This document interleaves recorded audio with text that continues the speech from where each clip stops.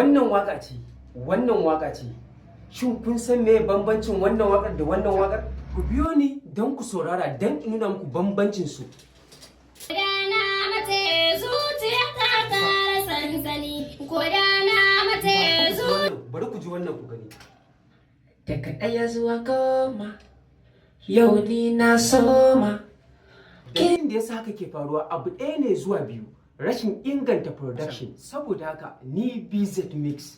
In ka san wani mawaƙi ko kuma kin san wani mawaƙi, zan masa mixing kyauta kamar haka.